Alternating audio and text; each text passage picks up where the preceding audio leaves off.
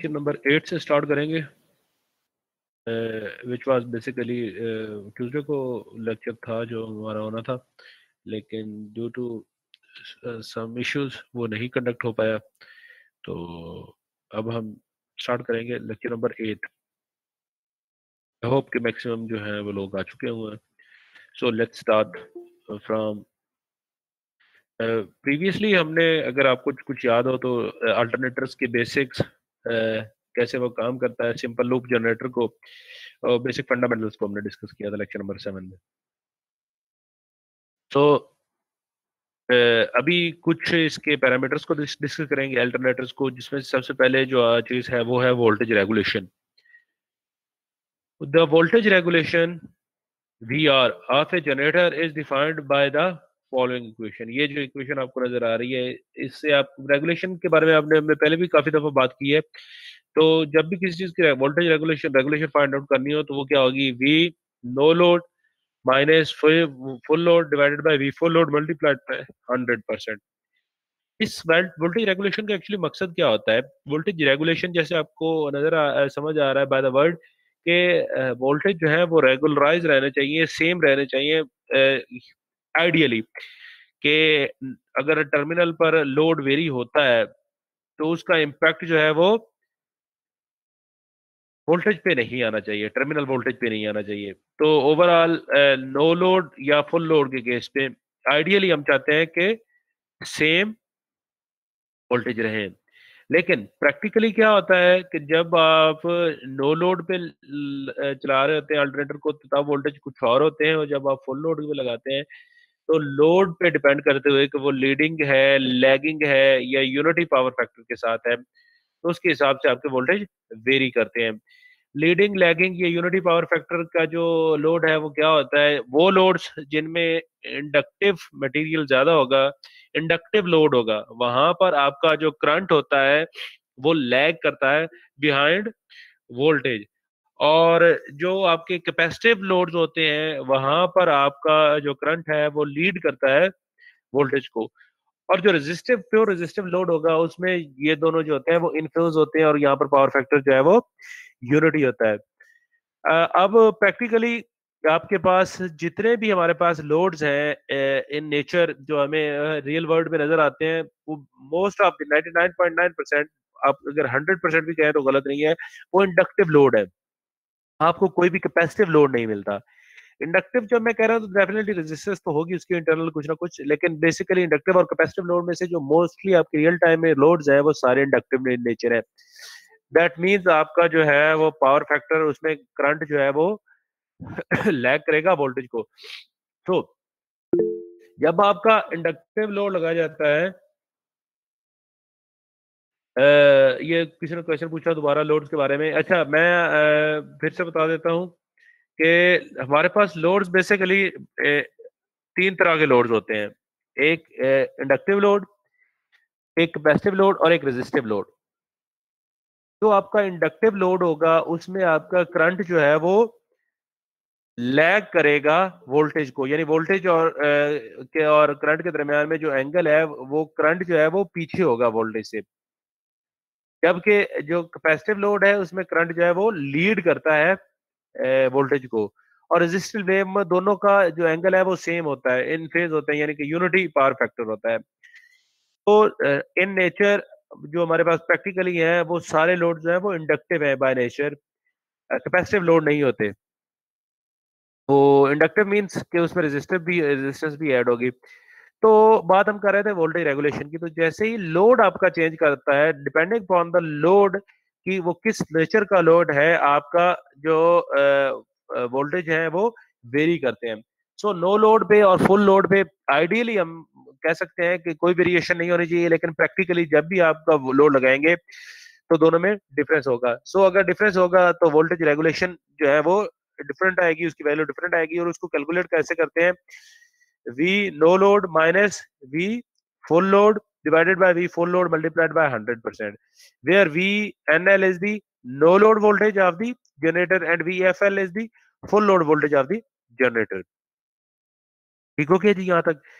अब आगे जो बात हमने की थी, synchronous generator operating at a lagging power factor. Lagging power factor means आपका जो लोड है वो इंडक्टिव है in nature, has a fairly large positive voltage regulation. तो आपकी जो वोल्टेज रेगुलेशन होगी वो ज्यादा होगी और वो पॉजिटिव वैल्यू में आएगी। ठीक है जी। A synchronous generator operating at a unity power factor यानी कि रेजिस्टिव लोड है, has a small positive large voltage regulation. हम एक्चुअली चाह रहे होते हैं कि वोल्टेज रेगुलेशन जो है वो उसकी वैल्यू जो है वो मिनिमम हो, जीरो हो या अप्रोक्सीमेटली इक्वल टू जीरो हो। तो अगर आपका रेजिस्टिव यूनिटी पावर फैक्टर होगा तो वो अप्रोक्सीमेटली वैल्यू मिनिमम वैल्यू आएगी। लेकिन अगर इंडक्टिव होगा तो वोल्टेज डेफिनेटली बहुत ज्यादा डिफरेंस होगा नो लोड में और फुल लोड में, तो आपकी जो वैल्यू है वो पॉजिटिव वैल्यू में बहुत ज्यादा एग्जिस्ट करेगी वी आर की। And a synchronous generator operating at a leading power factor यानी कि आपका जो लोड है वो कैपेसिटिव है, जो कि नेचुरली पॉसिबल नहीं है। लोड्स हमारे पास हम लगाते हैं कैपेसिटिव बैंक्स इसको मैनेज करने के लिए, लेकिन लोड कैपेसिटिव कम ही होते हैं। Often has a negative voltage regulation, तो उसकी वोल्टेज रेगुलेशन जो है वो नेगेटिव होगी। क्यों? क्योंकि फुल लोड पे जो है वो उसकी वोल्टेज जो है वो नो लोड से भी ज्यादा होंगे, तो वो नेगेटिव हो सकता है। तो आगे normally it is desirable to keep the voltage supply to a load constant. हमारी ये रिक्वायरमेंट होती है कि जो आपके पास लोड लगा हुआ है उसके ऊपर जो वोल्टेज है वो कांस्टेंट रहे, वो वेरी ना करें। लोड के वेरी करने से वो टर्मिनल वोल्टेज पे कोई इंपैक्ट नहीं आना चाहिए, आउटपुट के जो वोल्टेज जनरेटर दे रहा है उस पर कोई इंपैक्ट नहीं आना चाहिए। आइडियल कंडीशन होती है। Even though the load itself varies, अगर लोड वेरी भी करता है तो जो आपके और टर्मिनल वोल्टेज है वो सेम रहने चाहिए। ये हमारी डिजायरेबल कंडीशंस होती हैं, ये परफॉर्मेंस में मोस्ट रिक्वायरमेंट होता है। How can terminal voltage variation be corrected for? तो टर्मिनल वोल्टेज में जो वेरिएशंस आती हैं उसको कैसे करेक्ट किया जा सकता है? The obvious approach is to vary the magnitude of EA, जो अल्टरनेटर वोल्टेज जनरेट कर रहा है उनकी मैग्नीट्यूड को चेंज किया लिया जाए to compensate for the change in the load. तो जैसे जैसे लोड चेंज होता जाता है, लोड ज्यादा हो रहा है, तो टर्मिनल वोल्टेज जो अल्टरनेटर वोल्टेज जनरेट कर रहा है उसकी मैग्नीट्यूड भी ज्यादा होती होनी चाहिए। अगर आपको याद हो तो पीछे हमने एक डेरिवेशन की थी जिसके मुताबिक रिकॉल दैट अल्टरनेटर के वोल्टेज जो थे वो डिपेंड कर रहे थे एक कांस्टेंट के ऊपर, फ्लक्स के ऊपर और ओमेगा के ऊपर। Omega is equal to 2 pi F. सही है जी।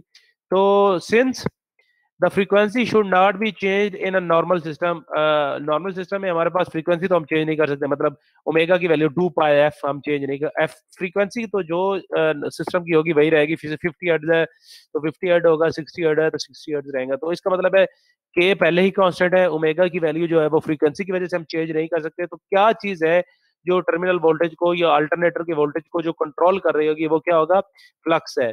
ये must be control by varying the flux in the machine. तो जो फ्लक्स है वो मशीन के अंदर उसको हम कंट्रोल कर सकते हैं। और फ्लक्स जो है मशीन में वो किस पे डिपेंड कर होता है? फील्ड करंट के ऊपर। आगे इसको हम डिटेल में देखा। For example suppose that a lagging load is added to a generator, lagging load लगाया गया है, then the terminal voltage will fall. तो आपके जो टर्मिनल पे वोल्टेज है वो कम हो जाएंगे। To restore it to its previous level, यानी कि जो उसकी पहली वैल्यू थी वोल्टेज की उस पर ले जाने के लिए decrease the field resistance, RF की वैल्यू कम करेंगे फील्ड रेजिस्टेंस की। If RF decreases, field resistance की अगर वैल्यू हम डिक्रीज करते हैं, the field current will increase, क्योंकि वो इनवर्सली प्रोपोर्शनल है करंट और रेजिस्टेंस, तो करंट जो है वो इंक्रीज करेगा फील्ड करंट।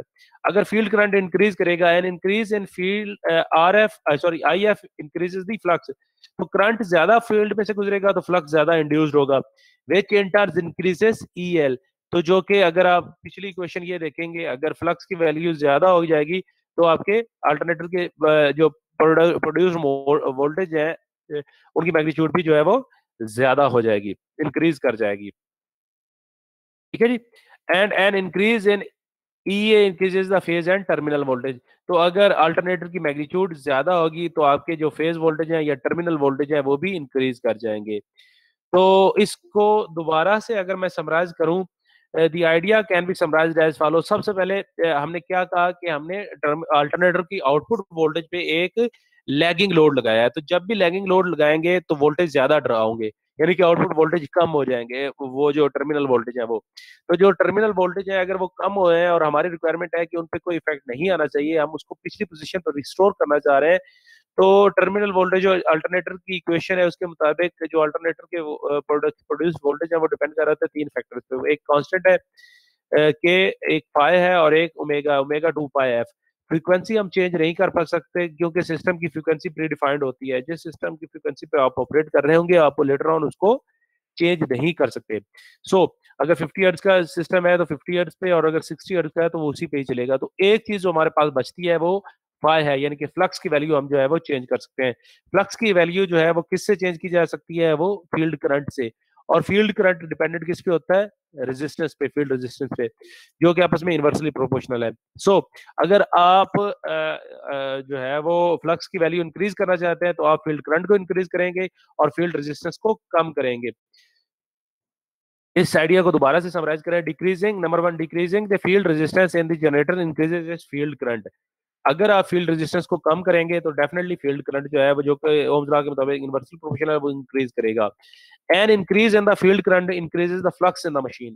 तो अगर मशीन में से करंट ज्यादा फ्लो करेगा तो डेफिनेटली जो है वो फ्लक्स ज्यादा उसमें से इंड्यूस होगा, उसमें फ्लक्स प्रोड्यूस होगा, फ्लक्स की वैल्यू हायर होगी as per our previous knowledge. And increase in the flux increases the internal generated voltage. और अगर फ्लक्स की वैल्यू इंक्रीज करेगी तो जो जनरेटेड वोल्टेज है ई ए, दैट इज इक्वल टू के फाई ओमेगा। तो अगर फ्लक्स की वैल्यू हायर होगी तो वो डायरेक्टली प्रोपोर्शनल है, तो डेफिनेटली जो है वो इंटरनल जनरेटेड वोल्टेज जो अल्टरनेटर के हैं वो इंक्रीज कर जाएंगे। And increase in E A increases the V and terminal voltage of the generator.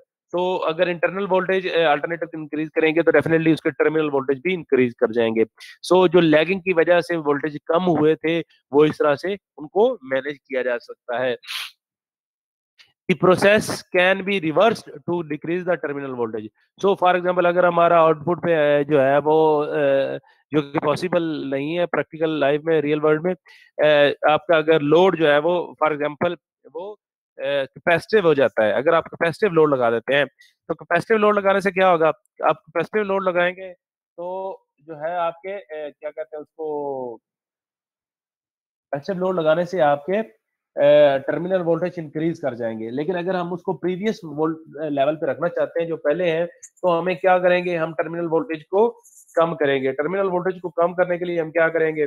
Terminal voltage decrease करने के लिए हम फ्लक्स की वैल्यू डिक्रीज करेंगे। और फ्लक्स की वैल्यू जो है वो डिपेंडेंट किसके ऊपर होती है?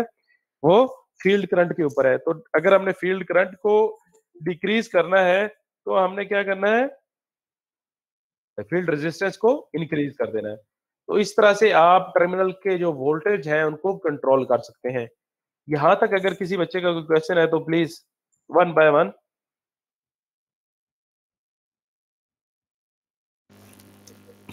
सर जो कैपेसिटिव लोड होता है उसमें जो पावर पावर फैक्टर होता है वो लीडिंग करता है। डेफिनेटली बच्चे लीडिंग पावर फैक्टर होगा क्योंकि आपका ओके। एंगल जो है वो उसमें करंट जो है और रेजिस्टेंस के दरमियान में जो एंगल है वो पॉजिटिव होता है। कॉज पावर फैक्टर किसके बराबर होता है? कॉज फाई के।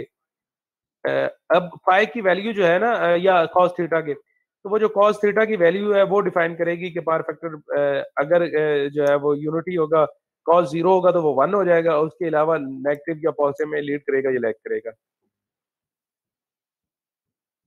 Okay sir. सर जो फील्ड रेजिस्टेंस से डिक्रीज करने से कौन कौन सी चीज बढ़ती है? अच्छा देखें, फील्ड रेजिस्टेंस डिक्रीज कर रहे हैं, ओम लॉ क्या कहता है कि अगर रेजिस्टेंस डिक्रीज होगी तो करंट इंक्रीज होगा, ऐसे ही है ना ओम लॉ? Yes sir. अब अगर आपने फील्ड रेजिस्टेंस कम किया है तो डेफिनेटली फील्ड करंट जो है वो इंक्रीज कर जाएगा। अगर फील्ड करंट इंक्रीज करेगा तो फ्लक्स मशीन के अंदर जो है वो फ्लक्स जो है वो ज्यादा इंड्यूस होगा। अगर फ्लक्स ज्यादा इंड्यूस होगा तो आपके जो टर्मिनल इंटरनल वोल्टेज है अल्टरनेटर के, जो जनरेटर सिंक्रोनस जनरेटर जो वोल्टेज जनरेट कर रहा है ई ए, जिसको हमने कहा के फाई ओमेगा के बराबर है, तो अगर उसमें फ्लक्स की वैल्यू इंक्रीज कर दी तो वो जो जनरेटर के इंटरनल वोल्टेज है वो इंक्रीज कर जाएंगे। अगर उसके इंटरनल वोल्टेज की मैग्नीट्यूड इंक्रीज करेगी तो उसके टर्मिनल वोल्टेज की, इंटरनल वोल्टेज वो जो जनरेट कर रहा है वही उसके टर्मिनल पे अवेलेबल होते हैं ना, तो टर्मिनल वोल्टेज भी इंक्रीज कर जाएंगे। तो इस तरह से आप जो है वो लैगिंग पावर फैक्टर की वजह से या इंडक्टिव लोड की वजह से जो टर्मिनल वोल्टेज कम हुए थे उनको वापस अपनी ओरिजिनल पोजीशन पर लेकर आएंगे, जो कि हमारी रिक्वायरमेंट होती है कि वोल्टेज लोड चेंज होने से वोल्टेज पे कोई इम्पैक्ट ना पड़े। Okay sir.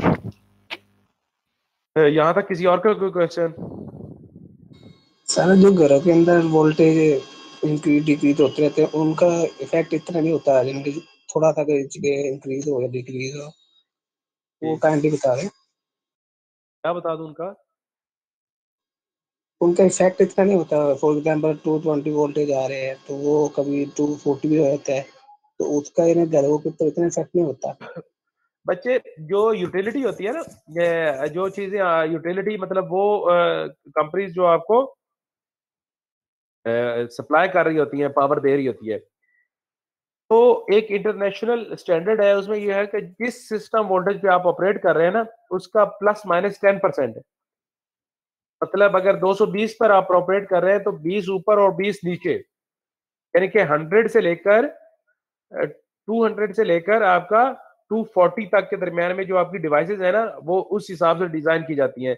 घरों में जितनी अप्लायंसेस होती हैं वो उनका जो है वो वोल्टेज बियरिंग कैपेसिटी जो है वो 200 से लेकर 240 तक होती है। अब तो उससे भी कम कर दिया गया है, 180 तक भी है, वो depending upon fluctuation.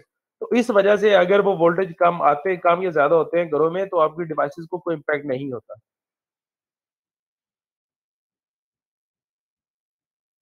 Okay sir, thank you. Anyone else? किसी का और का कोई question? So, if not, then I'm moving forward. Next, इसकी एक एग्जांपल डिस्कस करते हैं। ये है हमारे पास एक 480 वोल्ट 60 हर्ट्ज का connected 4 pole synchronous generator has open circuit shown, जो नेक्स्ट फिगर में दिखाई गई है, उसकी वैल्यूज दिखाई गई है। ओपन सर्किट कैरेक्टरिस्टिक कर्व जो है वो नेक्स्ट फिगर में दिखाई गई है। ये 480 वोल्ट्स का और 60 हर्ट्ज का हमारे पास अल्टरनेटर है।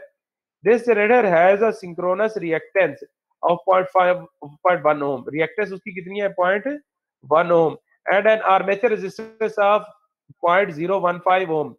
At full load, the machine supplies 200 amperes at 0.8 power factor lagging. Full load के ऊपर वो 200 एम्पेयर दे रहा है और 0.8 जो है वो उसका पावर फैक्टर है, जो कि लैगिंग है। Under full load conditions the friction and windage losses are 40 kilowatts. तो आपके फ्रिक्शन और विंडेज लॉसेस कितने हैं? 40 किलोवाट्स हैं। And the core losses are 30 kilowatts. Ignore any field circuit losses. अभी हम फिलहाल फील्ड सर्किट के लॉसेस को इग्नोर कर रहे हैं। What is the speed of rotation of this generator? किस स्पीड से वो रोटेट कर रहा है, ये हमने बताना है। How much field current must be supplied to generator to make the terminal voltage 480 volts at no load. तो नो लोड के ऊपर भी अगर हमने 480 वोल्ट, फुल लोड के ऊपर तो अभी 480 है, अगर हम नो लोड पे भी चाहते हैं तो हमारा फील्ड करंट क्या होना चाहिए? अभी कितना है? 200 एम्पेयर। ये इसकी ओपन सर्किट टर्मिनल वोल्टेज का ग्राफ दिया गया है। ओपन सर्किट के ऊपर अगर ये फील्ड करंट है, इस पैरामीटर में एम्पेयर्स में इसकी वैल्यू ली गई है, और यहाँ पर आपके वोल्टेज है। ठीक है जी। ओपन सर्किट टर्मिनल वोल्टेज, जब वो सर्किट ओपन होगा तो टर्मिनल वोल्टेज क्या होंगे? इन दोनों के दरमियान में जो रिलेशन है उसको ओसीसी कहते हैं, ओपन सर्किट कर्व। तो ये बता रहा है, ये कर्व जो है वो इस तरह से मूव करती है, और इस कर्व को देखकर आप जो है बता सकते हैं कि अगर 1 एम्पेयर होगा तो उस टाइम आपके 120 के राउंड अबाउट जो है वो ओपन सर्किट वोल्टेज होंगे। इसी तरह से अगर आपका 2 एम्पेयर है तो अप्रोक्सीमेटली 250 जो है वो टर्मिनल वोल्टेज होंगे, and so on so on so on. Okay जी। अब सबसे पहले हमने क्या फाइंड आउट करना है? What is the speed of regulation of this generator? इस जनरेटर की स्पीड ऑफ क्या होगी, रोटेशन क्या होगी? This synchronous generator is a connected delta connected, so its phase voltage is equal to its line voltage. ये नहीं है, delta connected है। हमें पता है कि डेल्टा कनेक्शन में फेज वोल्टेज और लाइन वोल्टेज सेम होते हैं। while its phase current is related to its line current by an equation, line current is equal to √3 phase current. ठीक है जी।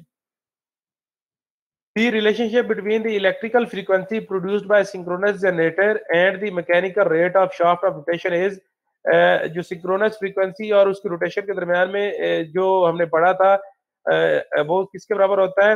वो होता है n रोटेशन यानी कि speed of rotation multiplied by p number of poles divided by 120। इससे आप synchronous frequency बता सकते हैं। सो अगर हमसे यहाँ से हमने स्पीड फाइंड आउट करनी है स्पीड ऑफ रोटेशन की, तो क्या करेंगे 120 और सिंक्रोनस फ्रीक्वेंसी को मल्टीप्लाई कर देंगे और p पर डिवाइड कर देंगे नंबर ऑफ पोल्स के ऊपर। तो ये हमारी मशीन जो थी वो 120 60 हर्ट्ज पे ऑपरेट हो रही थी और 4 पोल्स थी, तो इसका मतलब है इस फ्रीक्वेंसी के ऊपर जो हमारी रोटेशन होनी चाहिए वो 1800 आरपीएम होनी चाहिए, रेवोल्यूशंस पर मिनट। आगे in this machine terminal voltage जो है वो फेज वोल्टेज के बराबर है। Since the generator is at no load यानी कि IA आर्मेचर करंट जो है वो 0 है, एट EA टर्मिनल वोल्टेज जो है वो फेज वोल्टेज के बराबर है। Therefore VT is equal to V phase is equal to EA is equal to 4 volt 480 volt जो पहले बताया गया है कि वो जनरेट ही कितना कर रहा है 480, तो फेज वोल्टेज भी 480 होंगे और टर्मिनल वोल्टेज भी 480 होंगे। And from the open circuit characteristic हम ये बता सकते हैं कि 480 वोल्ट्स के ऊपर अगर यहाँ से हम देखें 480 वोल्ट्स के ऊपर ये जो है 480 वोल्ट्स है, इसके ऊपर अगर हम देखें यहाँ पर कहीं तो ये हमें पता चलता है कि करंट हमारा कितना है वो 4.5 है। इस पोजीशन के ऊपर ये कहीं बनते हैं 480 और इसके ऊपर 4.5 एम्पेयर करंट होगा हमारा। ठीक है जी।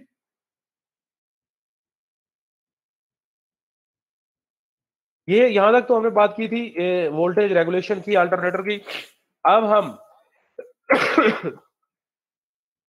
देखेंगे कि अगर हम AC जनरेटर्स को या अल्टरनेटर्स को पैरेलल ऑपरेशन एक से ज्यादा अल्टरनेटर्स को इकट्ठे चलाएंगे तो उसका बिहेवियर कैसा होगा, वो कैसे काम करेगा। तो parallel operation of AC generator उसको हम डिस्कस कर रहे हैं। In today's world an isolated synchronous generator supplying its own load independently of other generator is very rare।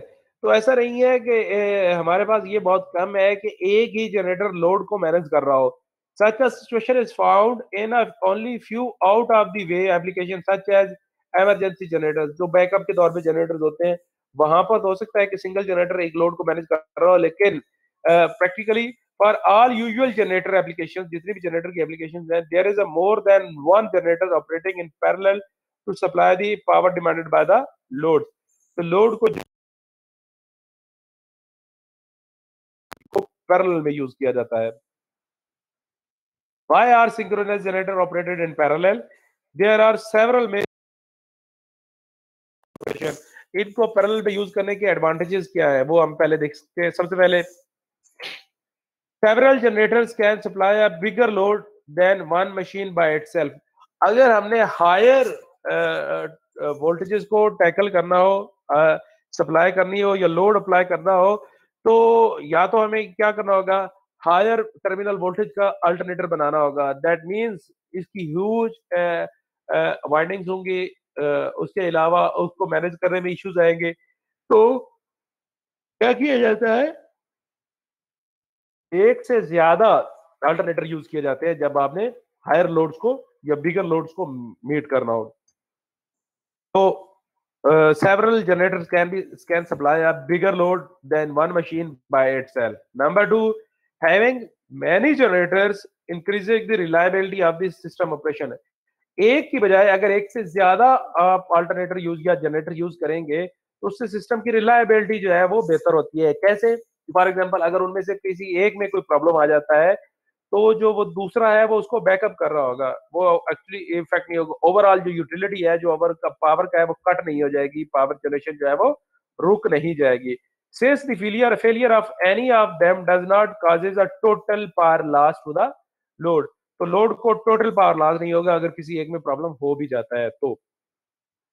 Number three, having many generators operating in parallel allows one or more of them to be removed for shutdown and preventive maintenance। तो अगर आपको system की maintenance required है तो आप step by step एक एक करके अल्टरनेटर को सिस्टम से रिमूव करते हैं, उसकी मेंटेनेंस जो मंथली मेंटेनेंस है या क्वार्टर मेंटेनेंस है उसको परफॉर्म करते हैं और दोबारा उसको सिस्टम में लगा देते हैं, फिर एक और को निकाल लेते हैं, उसकी मेंटेनेंस करते हैं, and so by the passage of time आप सबको मेंटेन भी कर लेते हैं, सबकी मेंटेनेंस ओवरऑल मेंटेनेंस भी कर लेते हैं, और साथ में जो है सिस्टम यूटिलिटी यानी लोड का जो है वो भी डिस्टर्ब नहीं होता, उसकी सप्लाई भी जो है वो डिस्टर्ब नहीं रहती।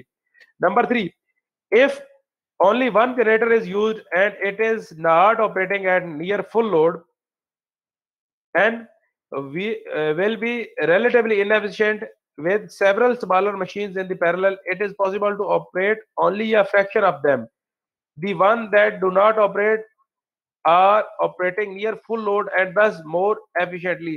तो क्या होता है कि अगर हमने फुल लोड के ऊपर, अगर एक डिफाइंड लोड है उसके ऊपर अगर हम उसके करीब करीब वोल्टेज को एक सिंगल अल्टरनेटर को ऑपरेट करेंगे तो उसकी एफिशिएंसी जो है वो इफेक्ट होगी। तो अगर हम एक से ज्यादा जनरेटर को लगाएंगे तो वो अपने फुल लोड पे नहीं चल रहे होंगे, फुल लोड से नीचे वाली वैल्यूज को पे चल रहे होंगे, लेकिन सिस्टम की वैल्यू वही रहेगी, जिससे आपका जो है वो ओवरऑल एफिशिएंसी सिस्टम की जो है वो डिस्टर्ब नहीं होगी। ठीक है जी, यहां तक समझ आ गई सबको?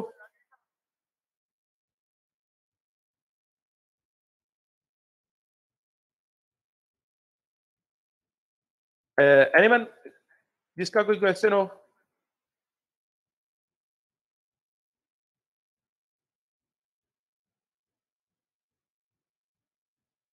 नहीं है तो ये जरा नुमान अमजद आप अपना माइक ऑन कीजिएगा प्लीज। जी सर। अच्छा, जरा आप क्विकली रिवाइज कर देंगे कि पैरेलल में अगर अल्टरनेटिव्स को हम इस्तेमाल करना चाह रहे हैं तो उसके क्या एडवांटेजेस हैं, कुछ एक बता दें। सर पैरेलल में सर वोल्टेज ड्रॉप्स नहीं होते, तो इसलिए सर वो उसकी सेम रहती है सर, वो इफेक्ट नहीं करते उसको। पैरेलल में वोल्टेज जो है वो ड्रॉप नहीं होते, ये अच्छा, मैंने लास्ट टाइम शायद आपको बताया था कि ये जो मैं क्वेश्चंस पूछूंगा इसका ओवरऑल जो है वो आपकी उसमें इफेक्ट आएगा, जो आपकी क्लास पार्टिसिपेशन है। तो ये लोग जो क्लास टाइम पे लेफ्ट कर देते हैं इनको मैं स्ट्रेट अवे 0 दे रहा हूँ साथ साथ। अहमद जुहेब आप बताएं बच्चे कोई एक इफेक्ट।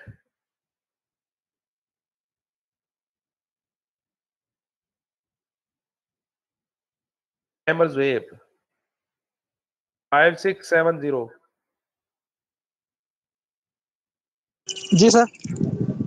आप जरा कोई एक एडवांटेज बताएं पैरेलल ऑपरेशन का, अल्टरनेटर के पैरेलल ऑपरेशन का। सर अगर इसमें लोड बढ़ जाए ना तो हम इसको इनके ज्यादा लोड को प्रोग्राम करने के लिए पैरेलल ऑपरेशन कर सकते हैं।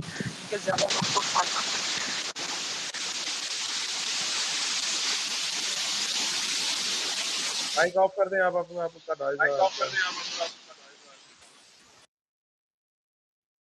प्लान अशरफ।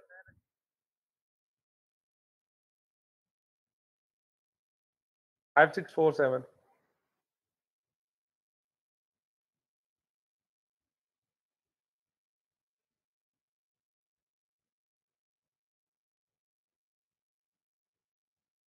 डील नासिर ने लेफ्ट किया है, कोई बात नहीं बच्चे, देख रहा हूँ आसिम मुनीर ने भी लेफ्ट किया है।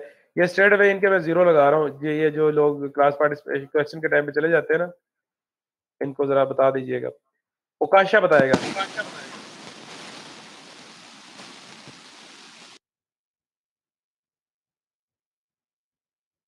2424 उकाशा सिद्दीक। Yes sir. हाँ जी, आप बताएं कोई से चार में से कोई एक एडवांटेज बताएं आपका पैरेलल में ऑपरेशन। सर पैरेलल में वोल्टेज ड्रॉप नहीं होते, मतलब वोल्टेज कांस्टेंट रहते हैं। किसने ये कह दिया आप लोगों को? ये आखिरी बात जो बच्चे ने बात बताई है सारे वही रिपीट करी जा रहे हैं। सर इसका एक और फायदा ये भी है कि अगर लोड कम हो जाए ना तो कौन बोल रहा है बच्चे, कौन बोल रहा है? सर मैं 5672। अच्छा जी, बताएं अब आप। सर इसमें अगर सर इसमें सारी दफा लोड इसका कम हो जाए तो जनरेटर को ना हम इसको इनकी अलहदा कर सकते हैं, जैसे कि ये स्क्रीन पे भी शो हो रहा है। जनरेटर को हमने ऑफ स्विच में कर दिया, ऑफ हालत में कर दिया, जैसा जनरेटर 1 जो सा उससे हम काम ले सकते हैं। ये कब सिनेरियो आता है, ये कब जरूरत पड़ती है इस चीज की? सर जब ये लोड कम होता है उस वक्त। अच्छा, लोड कम होता है तो हम एक को रिमूव कर सकते हैं, ठीक है। Fatima Fayaz 2488। Yes sir, yes sir. जी बच्चे आप बताएं कोई एक एडवांटेज सर अगर कोई भी, क्योंकि ज्यादा सारे जनरेटर पैरेलल में लगे होते हैं, तो कोई भी एक जनरेटर खराब हो जाए तो हम उसे मेंटेनेंस के लिए दोबारा यूज कर सकते हैं और बाकी टोटल पावर लॉस नहीं होता। ओके गुड, ठीक हो गया। वहाज 5606 एक आप बताएं लास्ट वाला, आगे हम मूव करें नेक्स्ट। 5606 जो लोग तो बच्चे क्लास में प्रेजेंट रहते हैं ना थोड़ी देर के लिए भी, उन्हें पता है ये रिसेंट मोस्ट स्लाइड गुजरी है अभी आपके सामने पीछे और हमने बात किया है, इससे ज्यादा पुरानी चीजें आपसे पूछता भी नहीं हूँ। तो तब भी अगर आप क्लास में एक्टिव नहीं है तो फिर डिमांड नहीं कीजिएगा कि आपके मार्क्स जो है ना वो क्लास पार्टिसिपेशन में या आपके सेशनल मार्क्स कम क्यों लगे। ओके नेक्स्ट हम फर्दर मूव करते हैं। इसी को पैरेलल में जब आपने अल्टरनेटर्स को लगाना है कि तो उसके लिए कुछ जो है वो कंडीशंस हैं, उन कंडीशंस को मीट करना जरूरी है, तभी आप जो है वो डिफरेंट अल्टरनेटर्स को पैरेलल में ऑपरेट करवा सकते हैं। So the conditions required for paralleling या पैरेलल ऑपरेशंस ऑफ अल्टरनेटर, उनमें सबसे पहले अगर ये आप फिगर देखें, figure shows a synchronous generator G1 supplying power to a load, ये लोड को पावर दे रहा है, with an other generator G2 about to be parallel with G1, इसको हमने इसके पैरेलल में लगाना है by closing the switch S1। जब आप इस स्विच को क्लोज करेंगे तो ये जनरेटर और ये जनरेटर दोनों आपस में पैरेलल में ऑपरेट होना शुरू हो जाएंगे। अब वो कौन सी कंडीशंस है, what condition must be met before the switching, the switch can be closed and the two generators connected. इन दोनों जनरेटर्स को पैरेलल में कनेक्ट करने से पहले वो कौन कौन सी कंडीशंस हैं जो आपने चेक करनी है या जो एज अ ऑपरेटिंग इंजीनियर आपको पता होनी चाहिए, उसके बाद ही आप इसको पैरेलल में ऑपरेट करवा सकते हैं। तो वो कौन कौन सी हैं? उनमें सबसे पहले if the switch is close arbitrarily at some moment, किसी एक टाइम पे आर्बिट्रेरी थोड़ी देर के लिए आप मूव करते हैं, generators are liable to be severely damaged and the load may lose power। तो अगर arbitrary जो है वो इन चीजों के बगैर अगर इसको करेक्ट कर देते हैं तो क्या होगा, जनरेटर की जो लाइबिलिटी है वो सिवियरली डैमेज होगी और जो लोड है वो पावर लूज कर जाएगा। If the voltage are not exactly the same, पहली condition, in each conductor being tied together, ये देखें ये वाला इसके फेज 1 से अगर इसको 1 2 3 कहता हूं और इसको भी 1 2 3 कहता हूं या इसको ए बी सी कह रहा हूं, तो 1 इज इक्वल टू ए, अगर दोनों की वोल्टेज सेम नहीं होंगे तो भी करेक्शन नहीं कर सकेंगे। तो पहली बात क्या, हैविंग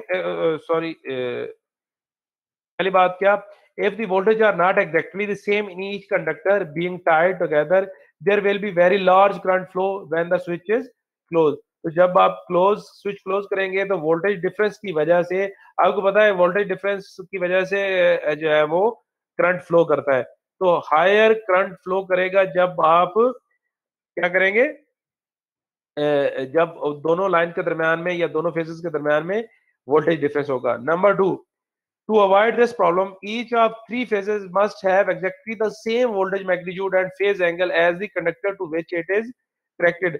तो दोनों जनरेटर के फेजेस का मैग्नीट्यूड और जो उनका फेज है एंगल वो सेम होना चाहिए। In other word, the voltage in phase A must be exactly the same as the voltage in phase A dash and so far for the phases B B dash and C C dash. अगर इसको ए और इसको ए dash कहता हूँ तो ए dash B B dash और सी C dash के voltage जो है वो सेम होने चाहिए in magnitude as well as in phase. To achieve this match, the following parallel condition must be met। क्या क्या conditions हैं? The RMS line voltage of two generator must be equal, line voltage same होना चाहिए। The two generator must have the same phase sequence same होना चाहिए, A B C, और इधर भी A B C, A dash B dash C dash, ऐसा नहीं है कि A B डैश के साथ कनेक्टेड हो C C डैश के साथ कनेक्टेड हो। तो डिफरेंट फेजेस की वजह से, फेज वोल्टेज डिफरेंस होने की वजह से आपका ओवरऑल जो है वो हायर करंट फ्लो करेगा जो कि सिस्टम को डैमेज कर सकता है या दोनों अल्टरनेटर्स को डैमेज कर देगा। Point number 3, the phase angle of two phases must be equal, दोनों फेजेस का एंगल जो है वो सेम होना चाहिए। The frequency of the new generator called the on coming generator, जो जनरेटर आप साथ लगा रहे हैं, must be slightly higher than the frequency of the running system. Running system से उसकी फ्रीक्वेंसी स्लाइटली ज्यादा होनी चाहिए, जो कि जैसे ही वो सिस्टम में आएगा फ्रीक्वेंसी डिक्रीज होगी और वो उस के इक्वल आ जाएगी जो पहला ऑपरेट हो रहा था। अब ये हम आपके सामने एक एग्जांपल है, general procedure for parallel generator. Suppose that generator G2 is being corrected, is to be connected to the running system shown in the figure। Generator number 2 को आपने इसके साथ क्लोज करना है। The following steps should be taken to accomplish the parallel. First, using voltmeter, the field current of the oncoming generator should be adjusted until its terminal voltage is equal to the line voltage of the running system। इस system के जो voltage है और इस system के जो voltage है उनको वोल्टमीटर के जरिए आप चेक करके इक्वल करना जरूरी है। Second, the phase sequence of the oncoming generator must be compared to the phase sequence of the running system. दोनों का फेज से चेक करें ना, ए के साथ, बी के साथ और सी के साथ कनेक्टेड हो। The phase sequence can be checked in a number of different ways. Different तरीके हैं इसको फेज सीक्वेंस चेक करने के, उनको हम अभी यहाँ पर डिस्कस नहीं कर रहे हैं। Number 3, next the frequency of the oncoming generator is adjusted to be slightly higher than the frequency of the running system। Running system की फ्रीक्वेंसी से थोड़ी ज्यादा होना चाहिए। This is done first by watching a frequency meter until the frequencies are close and then by observing changes in phase between the system। The oncoming generator is adjusted to a slightly higher frequency so that when it is corrected when it is corrected, it will come on the line supplying power as a generator instead of consuming it as a motor would। तो ये क्या होगा, ये उसके साथ patch up होगा तो ये जो है वो मोटर की तरह से उसकी फ्रीक्वेंसी को डिक्रीज नहीं करेगा, तो उसके साथ पैचअप होगा तो स्लाइटली डिफरेंस होना जरूरी है। Once the frequencies are very nearly equal, the voltage in two systems will change phase with respect to each other very slowly। दोनों के जो फेजेस हैं ए डैश वो एक दूसरे के हिसाब से एडजस्ट हो जाएंगे। The phase changes are observed and when the phase angles are equal, तो जैसे जैसे फेज एंगल चेंज होता जाएगा वो आहिस्ता आहिस्ता एक दूसरे के इक्वल हो जाएंगे। The switch connecting the two system together is shut. तो फिर आप इस स्विच को जो है वो क्लोज कर सकते हैं। सबसे पहले आपने क्या करना है, वोल्टेज को ऑब्जर्व करना है, फिर फ्रीक्वेंसीज को ऑब्जर्व करना है, फिर उन फ्रीक्वेंसीज के दरमियान में जो डिफरेंस है उसको कम करना है और फिर आपने स्विच को क्लोज करना है, तब जाके ये जो है वो पैरेलल में कनेक्ट हो सकेंगे। आगे next is frequency power and voltage reactor power characteristic of a synchronous generator. तो फ्रीक्वेंसी और पावर का रिलेशन और वोल्टेज और रिएक्टर पावर की कैरेक्टरिस्टिक जो है उनको डिस्कस करने जा रहे हैं। All generators are driven by a prime mover. एक वो बेसिक जो शाफ्ट या पुली जो होती है वो उससे सारे जनरेटर जो है उनको ड्राइव किया जाता है, उनको रोटेट किया जाता है, ये चलाया जाता है।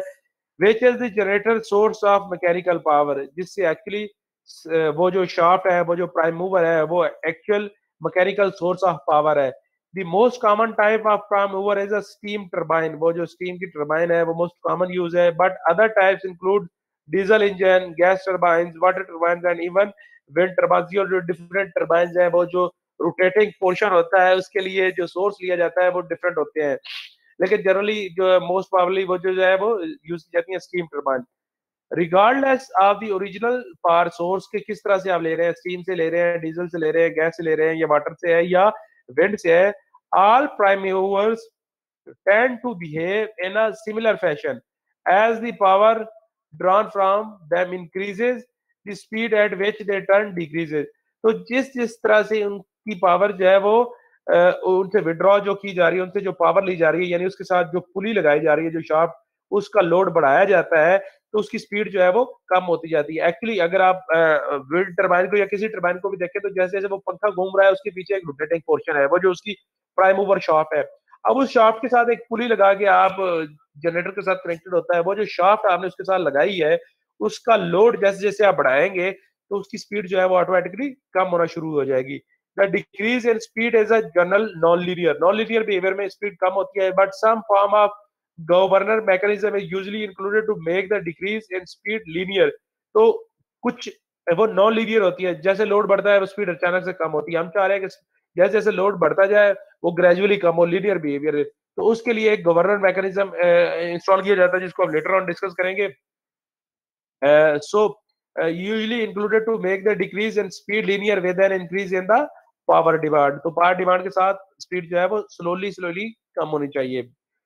तो whatever governor mechanism is present on a prime mover, वो governor mechanism को हम later on discuss करेंगे. वो किसी भी तरह का हो, it always be adjusted to provide a slight dropping characteristic. Slide dropping characteristic with increasing load. Load के साथ उसकी जो ड्रॉपिंग कैरेक्टरिस्टिक्स है उनको कैसे एडजस्ट किया जाता है. The speed droop SD of a prime mover is defined by the equation SD speed droop is equal to speed at no load minus speed at full load divided by speed at full load divided by 100%.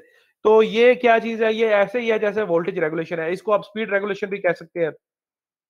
हम क्या चाह रहे हैं कि जब no load system के साथ कोई लोड नहीं कनेक्टेड था तब जिस स्पीड के साथ आपका प्राइम मूवर रोटेट कर रहा था, फुल लोड अगर पूरा लोड भी लगा दें तब भी उसकी जो स्पीड है वो सेम रहनी चाहिए. When no load speed of no load is the no load prime mover speed and NFL is the full load prime mover speed. Most generator prime movers have a speed drop of 2 to 4% का जो है वो उसके जो है वो speed जो है वो ड्रॉप होता है या स्पीड रेगुलेशन होती है. Since the shaft speed is related to the resulting electrical frequency by the equation, जो स्पीड है उस पे आपकी फ्रीक्वेंसी डिपेंड कर रही होती है. तो हम ये नहीं चाहते कि स्पीड चेंज हो और फ्रीक्वेंसी, और इसका रिलेशन हमने पहले भी पढ़ा है कि synchronous frequency is equal to speed of the shaft multiplied by number of pole divided by 120.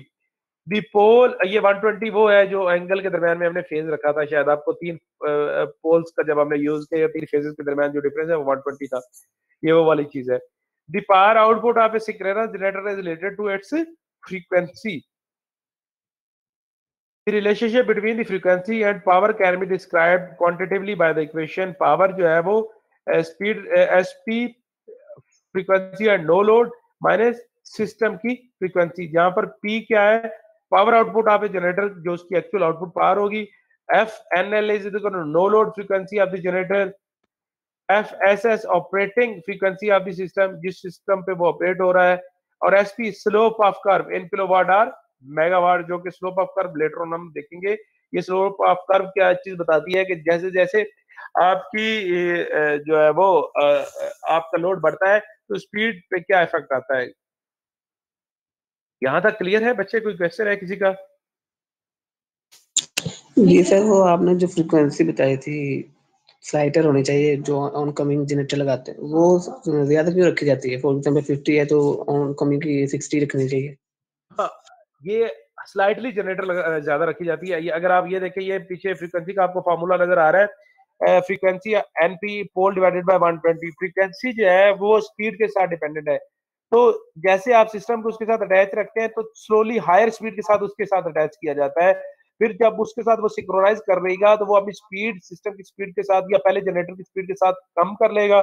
जैसे वो स्पीड कम होगी तो ऑटोमेटिकली फ्रीक्वेंसी जो है वो भी एडजस्ट हो जाएगी, उस वापस फ्रीक्वेंसी पे आ जाएगा. इनिशियली अगर आपका जो है वो लोअर स्पीड के साथ रोटेट कर रहा होगा या आपके शाफ्ट कम पे होगा, तो जब आप उसके साथ सिंक्रोनाइज करेंगे तो वोल्टेज डिफरेंस आएगा. वो वोल्टेज डिफरेंस क्या बनेगा, उसकी वजह से करंट फ्लो करेगा और वो करंट फ्लो जो है वो डैमेजिंग कैरेक्टरिस्टिक होंगी दूसरे जनरेटर के लिए. तो इसके लिए स्लाइटली हायर किया जाता है कि इनिशियली जो है वो दूसरे जनरेटर में कोई करंट फ्लो ना करे. By the passage of time जैसे स्पीड एडजस्ट होगी तो उसके साथ साथ आपकी फ्रीक्वेंसी भी एडजस्ट हो जाएगी. जी सर, थैंक यू. किसी और का बच्चे कोई क्वेश्चन पैरेलल ऑपरेशन तक?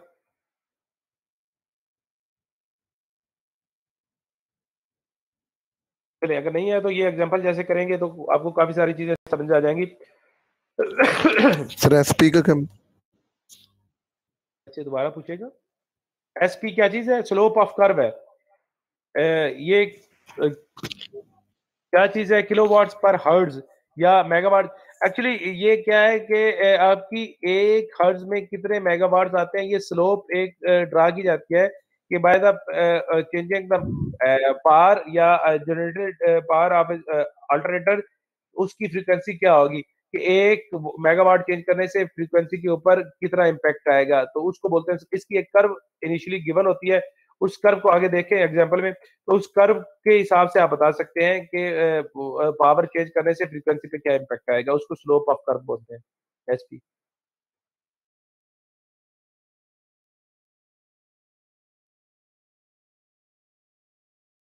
कोई क्वेश्चन किसी का और? ओके, तो figure shows a generator supplying a load. ये हमारे पास एक जनरेटर है, टरबाइन जनरेटर है, और ये इसके साथ दो लोड, एक लोड ये कनेक्टेड है और दूसरा हमें कनेक्ट करना है। A second load is to be connected in a parallel with the first one. इसके साथ हमने दूसरा लोड लगाना है। The generator has a no load frequency of 61 hertz, ठीक है जी, and a slope SP of 1 megawatt per hertz. यानी कि अगर आप 1 मेगावाट चेंज करेंगे तो 1 हर्ट्ज फ्रीक्वेंसी में चेंज आएगा। Load 1 consumes a real power of 1000 kilowatts at 0.858 power factor lagging, while load 2 consumes a real power of 800 kilowatt at 0.707 power factor। ये दो डिफरेंट लोड्स हैं, एक जो है वो 1000 किलोवाट और 0.8 पावर फैक्टर के साथ है, दूसरा जो है वो 800 किलोवाट्स और जो है वो 0.707 लैगिंग के साथ है। लेकिन एक जो जनरेटर है वो सेम है और उसकी फ्रीक्वेंसी भी सेम है और उसकी स्लो बताई गई है कि वो 1 मेगाहर्ट्ज पर 1 मेगावाट पर हर्ट्ज उसमें वेरिएशन आएगी। So before the switch is close, what is the operating frequency of the system? System की ऑपरेटिंग फ्रीक्वेंसी क्या थी?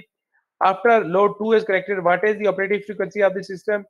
After load 2 is corrected, what action could an operator take to restore the system frequency to 60 hertz? तो क्या क्या हो सकता है? तो सबसे पहले हम बात करते हैं before the switch is close. Switch close करने से पहले what is the operating frequency of the system? System की ऑपरेटिंग फ्रीक्वेंसी क्या थी? This problem states that a slope of generator's characteristic is 1 megawatt per 1 hertz, and and that is its no load frequency is 61 hertz, ठीक है जी। So therefore the power produced by the generator is P is equal to SP F no load minus F system की frequency.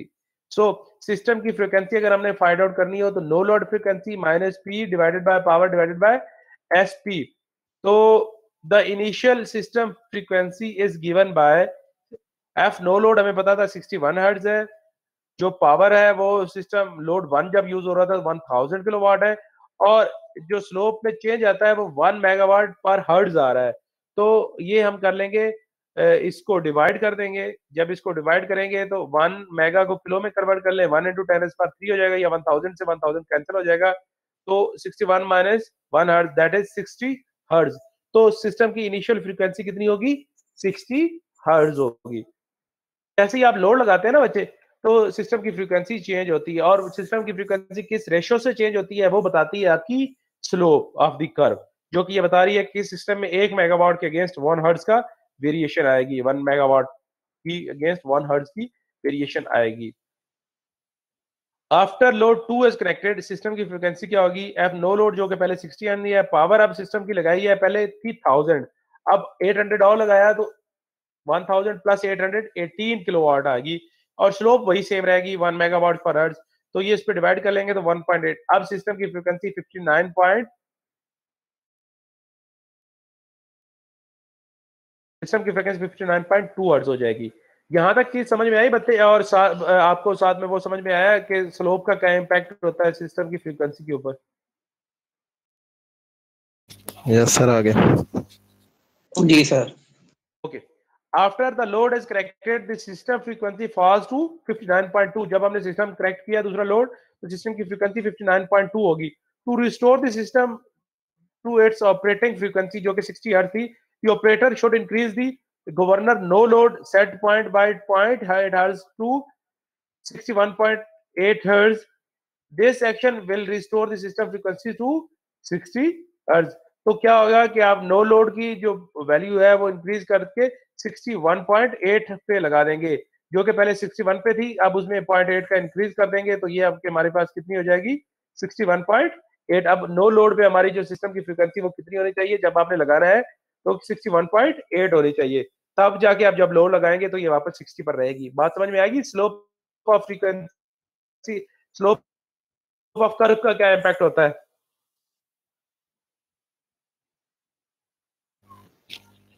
Yes sir, आ गया।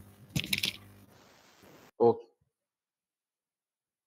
So when a generator is operating by itself supplying the systems load, जब system load के साथ connected है और अकेला supply दे रहा है, तब the real and reactive power supplied by the governor will be the amount demanded by the attached load.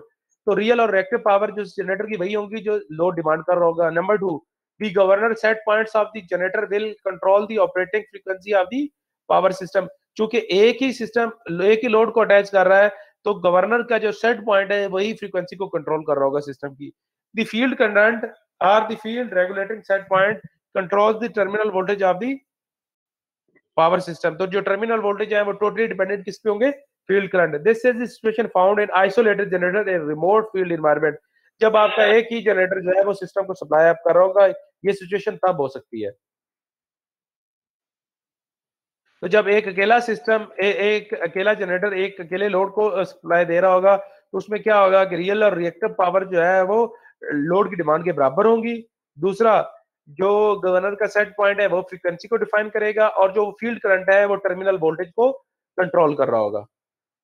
दूसरा, operation of generators in parallel with large power system. जब हमारे पास पावर सिस्टम की वैल्यू ज्यादा है तो पैरेलल में हमने operation use करने हैं, तो तब क्या होगा? The frequency and terminal voltage of the generator are controlled by the system to which it is connected.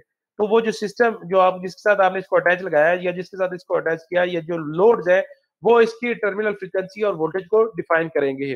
Governor का जो सेट पॉइंट है जो कि फ्रीक्वेंसी को डिफाइन करता है, the governor controls the real power supplied by the generator to the system. The field current in the generator controls the reactive power supplied by the generator to the system. This situation is much the way real generators operate when connected to a very large systems. अब operating of generators in parallel with other generators of small size. अब हमने एक side पे higher value के generators को parallel में connect किया हुआ है और वो उसके साथ पैरेलल में काम कर रहे हैं किसके? स्मॉल साइज के जनरेटर में. उनमें क्या होगा? The system is constrained in that the question sir with the same size है generator. दूसरे जनरेटर्स जो है वो सेम साइज के हैं, लेकिन जो आपका पहला जनरेटर है operating of generators in parallel with others generators of the same size. अच्छा, स्मॉलर साइज के साथ बाद में डिस्कस करते हैं. This system in constrained in that the total power supplied by the two generators together must be equal to the amount consumed by the load. तो जो total power supply हो रही है लोड कंज्यूम्ड पावर के बराबर होनी चाहिए. neither system frequency nor terminal voltage is constrained to be constant. ना ही आपकी सिस्टम की फ्रीक्वेंसी और ना ही टर्मिनल वोल्टेज जो है वो कांस्टेंट हो सकते हैं, क्योंकि वो दोनों ने पैरेलल में चलना है, तो दोनों की आपस में फ्रीक्वेंसी जो है वो सिंक्रोनाइज्ड होनी चाहिए. To adjust the real power sharing between generators without changing system frequency simultaneously, increase the governor set point on one generator while decreasing the governor set point on the other generator. तो जो वो initial set point हमने अगर 61 रखा था, तो अगर एक में हम इंक्रीज करेंगे तो दूसरे में उसको डिक्रीज करेंगे, तब जाके आप सिस्टम की फ्रीक्वेंसी को जो है वो मेंटेन रख पाएंगे. The machine whose governor set point was increased will assume more of the load. तो जिस गवर्नर का सेट पॉइंट जो इंक्रीज करेंगे वहां पर लोड की वैल्यू जो है वो ज्यादा होगी. To adjust system frequency without changing the real power sharing simultaneously increase और decrease both governor generators governor set points. तो हम दोनों के गवर्नर पॉइंट्स को जो कि इनिशियल सेट पॉइंट्स हैं फ्रीक्वेंसी के, उनको इंक्रीज या डिक्रीज करेंगे. To adjust the reactive power, real power को एडजस्ट करने के लिए हम गवर्नर सेट को चेंज करेंगे. To adjust the reactive power sharing between generator without changing terminal voltage, simultaneously increase the field current on one generator while decreasing the field current on the other. तो एक में अगर हम field current increase करेंगे तो दूसरे में decrease करेंगे. इससे आप रिएक्टिव पावर को टर्मिनल वोल्टेज को कंट्रोल कर पाएंगे या मेंटेन कर पाएंगे. The machine whose field current was increased will assume more of the reactive power. तो जिसका फील्ड करंट ज्यादा होगा उसके ऊपर रिएक्टिव पावर भी ज्यादा होगी. एक्टिव पावर या रियल पावर जो है वो गवर्नर सेट पॉइंट से एडजस्ट होगी और रिएक्टिव पावर जो है वो फील्ड करंट से होगी. To adjust V R without changing the reactive power supply simultaneously increase और decrease both governor field current. तो जनरेटर के फील्ड करंट को हम वेरी करेंगे रियल पावर को, रिएक्टिव पावर को कंट्रोल करने के लिए। रियल पावर के लिए फ्रीक्वेंसी यानी कि गवर्नर के सेट पॉइंट को चेंज करेंगे, और रिएक्टिव पावर के लिए हम फील्ड करंट को चेंज करेंगे। तो यहां तक आपका था ओवरऑल अल्टरनेटर्स और इनका बिहेवियर, इनके पैरामीटर्स, इनकी स्पीड रेगुलेशन, वोल्टेज रेगुलेशन, और एक से ज्यादा अल्टरनेटर्स को पैरेलल में जब ऑपरेट करना है तो उसका क्या इम्पैक्ट आएगा। ये अल्टरनेटर्स का बेसिक था। अभी किसी का कोई क्वेश्चन है तो प्लीज वो पूछ सकता है।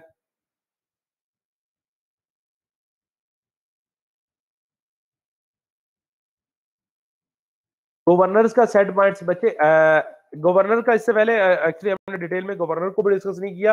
प्राइम मूवर अगर आप देखें तो किसी भी जो जनरेटर है ना, उसमें बेसिक चीज जो रोटेट करवा रही होती है, मैकेनिकल पावर दे रही होती है, वो उसका प्राइम मूवर होता है, वो वाला पोर्शन जो रोटेट कर रहा है। ठीक है जी, यहां तक समझ आ गई बच्चे। अब वो जो प्राइम मूवर या वो जो आपका चीज रोटेट कर रही है, उसके साथ एक शाफ्ट या पुली लगाई जाती है जो टरबाइन को रोटेट करवा रही होती है।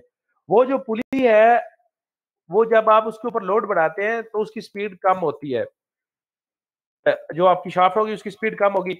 आपने ये देखा होगा कि एक मोटर की अगर वो रोटेट कर रही है, उसके ऊपर आपने कोई चीज नहीं लगाई और आप उसके ऊपर आप आगे से आप एक लोड लगा दें या एक रस्सी लगा के उसको पकड़ने की कोशिश करेंगे तो स्पीड ऑटोमेटिकली कम होना शुरू हो जाती है। ऐसे होता है ना।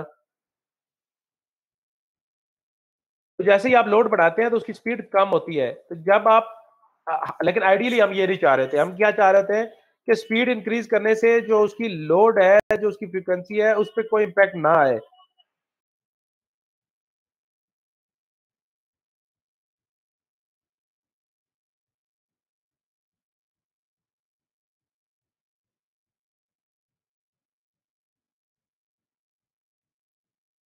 अच्छा, तो हम क्या रिक्वायर्ड क्या होता है कि जब आप सिस्टम की फ्रीक्वेंसी को चेंज करें, सॉरी जब आप लोड लगाएं, लोड वेरी करें, तो प्राइम मूवर की स्पीड जो है वो चेंज नहीं होनी चाहिए।